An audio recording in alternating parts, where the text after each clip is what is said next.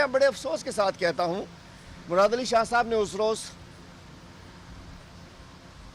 زیر لب ایک الزام لگا دیا ٹائیگر فورس کے اوپر اور انہوں نے کہا کہ آپ یہ بڑی فورسیں رجسٹر کر رہے ہیں، ذرا انہیں بے روزگاروں کو بھی رجسٹر کر لیتے اور یہ ہزار لوگوں کو جا کر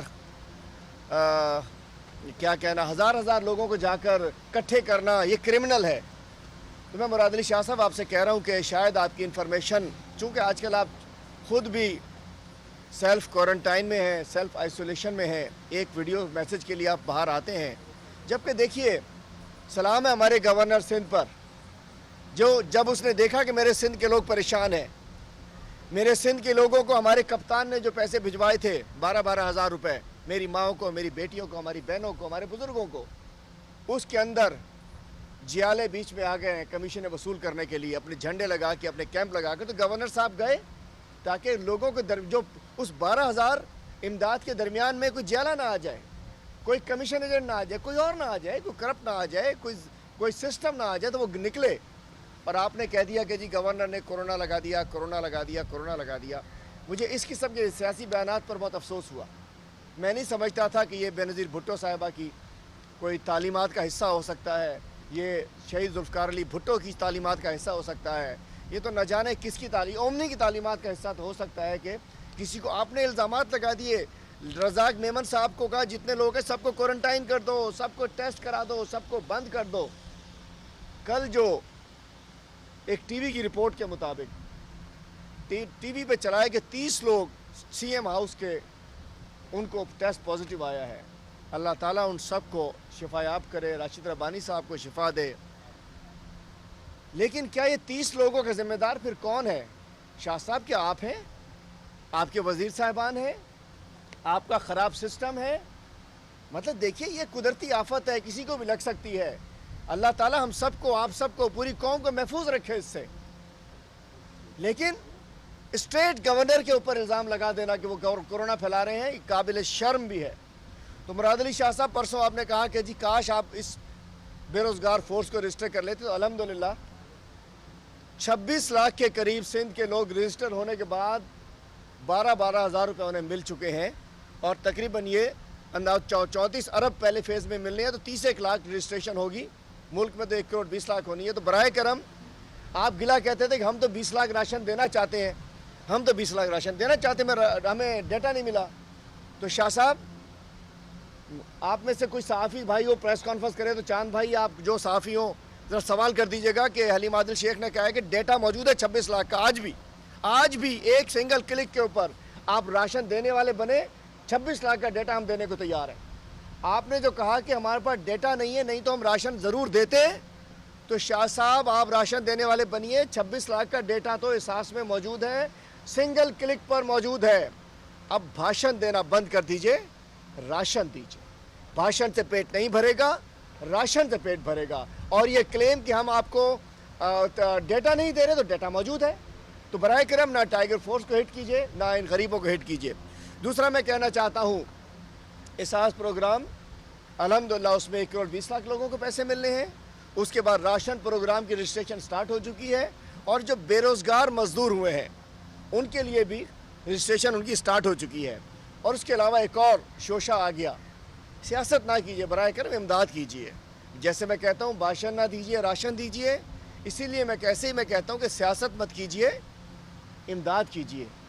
آرڈیننس، اس کے بھی میں کل آپ کو بتاتا چلوں، ایک آرڈیننس آیا، سندھ حکومت نے ایک آرڈیننس سندھ کیبنٹ نے بھجوا دیا گورنر سندھ کو، just for their political point scoring, سیاسی پوائنٹ سکورنگ کے لیے آرڈیننس بھجوا۔ آرڈیننس میں تھا کیا؟ بات یہ ہے کہ گھر انصاف ہاؤس میرا یہ ہے، اور میں پورے علاقے کو بتا دوں کہ جی 7 والے گھر میں جا کے رات کو افطاری بھی کرو، سحری بھی کرو، یوز بھی کرو، اے سی بھی چلاؤ، پڑوس والے گھر کا۔ ارے بھائی مالک تو میں اس گھر کا ہوں، انصاف ہاؤس کا ہوں، پڑوسی کے اختیارات کو میں کیسے استعمال کر سکتا ہوں؟ اسی انداز میں مطلب جو میرا اختیار نہیں ہے، انہوں نے بھجوا دیا کہ جی فیڈرل گورنمنٹ بلوں میں نرمی کرے۔ ہم تو پہلے سے 3 مہینے کی قسطیں بڑھا چکے آگے۔ انہوں نے کہا گیس چھوڑ دی جائے۔ ارے بھائی بجلی آپ کا اختیار نہیں ہے، آپ نے شوشہ چھوڑ دیا معصوم لوگوں کو بیوقوف بنانے کے لیے۔ گیس چھوڑ دو، یہ آپ کے ڈومین میں آتا نہیں ہے، اور گورنر سندھ کوئی ایسے آرڈیننس یا بل پر سائن نہیں کر سکتے جس کا تعلق آئین میں نہ ہو، جو آئین سے متصادم ہو. جیسا کہ حسبہ بل 5 اگست 2005 کو حسبہ بل ایک آیا تھا کے پی اسمبلی سے، ایم ایم اے نے بھجوایا تھا، لیکن اس کو سپریم کورٹ نے ختم کر دیا تھا کہ جی یہ چونکہ آئین سے متصادم ہے اس لیے اس کو آگے آپ نہیں چلا سکتے. اس کے علاوہ انہوں نے کہہ دیا مالک مکان کرایہ نہ لے، بہت اچھی بات ہے، لیکن ذرا مالک مکان کو آپ نے کچھ دیا کیا؟ مطلب کہتے ہیں نا نانا جی کی فاتحہ حلوائی کی دکان، بیگانے کی شادی میں عبداللہ دیوانہ. آپ کا واسطہ نہیں، نہ آپ کا لینا نہ دینا. اس کے بعد آپ نے کہا فیکٹری اونرز نکالنا، روزگار سے نہ نکالیں. بالکل اچھا کیا، لیکن بھائی کہنے سے کچھ نہیں ہوتا، آپ نے خود کیا کیا؟ یہ بھی فیڈرل گورنمنٹ کر چکی، اسٹیٹ بینک ان کو لون اناؤنس کر چکی، اسٹیٹ 1200 ارب کا پیکج دیا ہے جس میں غریبوں کے 144 ارب سے لے کے factory owners, industries, construction industry تمام کے لیے بینیفٹس دیے ہیں، وہ ہمارے کپتان نے دیے ہیں. آپ نے کہہ یہ اس قسم کا آرڈیننس. اچھا دوسرا پانی کی آپ نے بات کی ہے تو میں کہتا ہوں فوری طور پر پانی آپ کے اختیار میں ہے. اول تو پانی ہے ہی نہیں آج کل، پورے سندھ میں نہیں ہے، شہر کراچی میں نہیں ہے، حیدرآباد میں نہیں ہے، لاڑکانہ میں نہیں ہے، تھرپارکر میں نہیں ہے.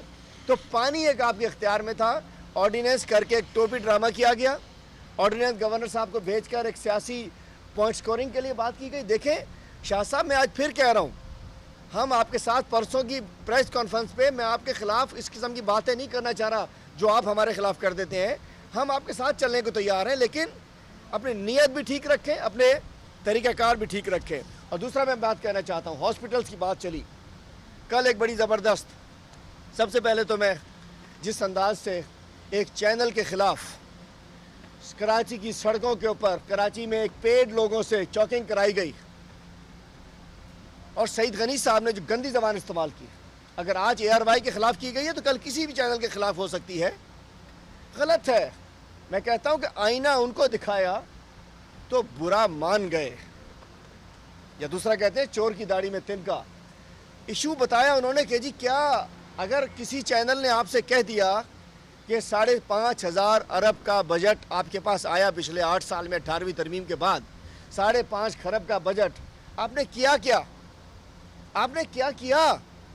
سندھ کے لوگوں کو 1000 سے زیادہ لوگوں کو آپ نے ایڈس لگا دی، 1.5 لاکھ سے کے قریب 1,46,000 لوگوں کو کتوں سے کٹوا دیا، بڑی تعداد میں بچے جان دے گئے. آپ نے دیکھا 3 دن پہلے بھی ذیشان، اس سے پہلے احسان، اس سے پہلے یہ تمام معصوم بچے، بڑے بچیاں، کتوں نے بھموڑ ڈالا اس کو. آج سے 2 روز پہلے ٹھٹھا میں ایک بچی کو سانپ نے کاٹا، سنیک کی ویکسین نہیں ملی. اچھا بھائی، آپ کا عجب فارمولہ ہے، کورونا کے خلاف تو آپ چیمپئن بن گئے، کووڈ 19 کے آپ سمجھتے ہیں کہ آپ WHO سے بھی زیادہ آپ ایتھرائز بندے ہو گئے.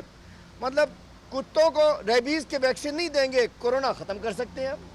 ایڈس سے نہیں بچائیں گے، کورونا ہم ختم کر سکتے ہیں. تھرپارکر میں بھوک سے نہیں بچائیں گے، کورونا ہم ختم کر سکتے ہیں. ہیپیٹائٹس کے ہم نہیں بچا سکتے، کورونا ہم ختم کر سکتے ہیں. مطلب ہر کام آپ نہیں کر سکتے، کورونا کے اب ایکسپرٹ ہو گئے.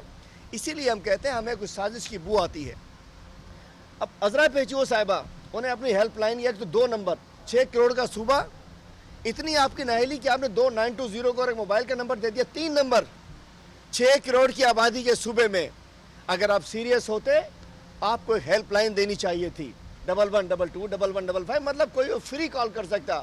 آپ نے لوگوں کو لاک ڈاؤن میں ڈال دیا، گھروں میں ان کے پاس پیکج فونوں میں ہے نہیں، آپ کو فری آف کاسٹ کو دینا چاہیے تھا. 3 نمبر دے کے اپنی آپ جان چھوڑا کے بیٹھ گئے ہیں. ہاسپٹل کی بات کرنا چاہتا ہوں.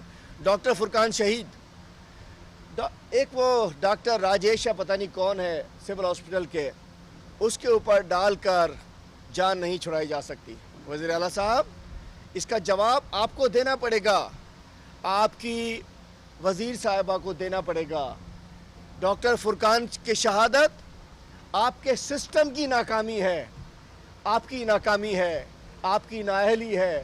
ایک طرف مرتضیٰ وہاب صاحب، میری فیگرز کیا ہیں کہ کراچی میں 304 پرائیویٹ سیکٹر کے وینٹیلیٹرز ہیں. یہ سندھ سرکار کی، سندھ گورنمنٹ کی فیگرز ہیں. پورے سندھ میں 384 پبلک سیکٹر کے وینٹیلیٹرز ہیں. کراچی میں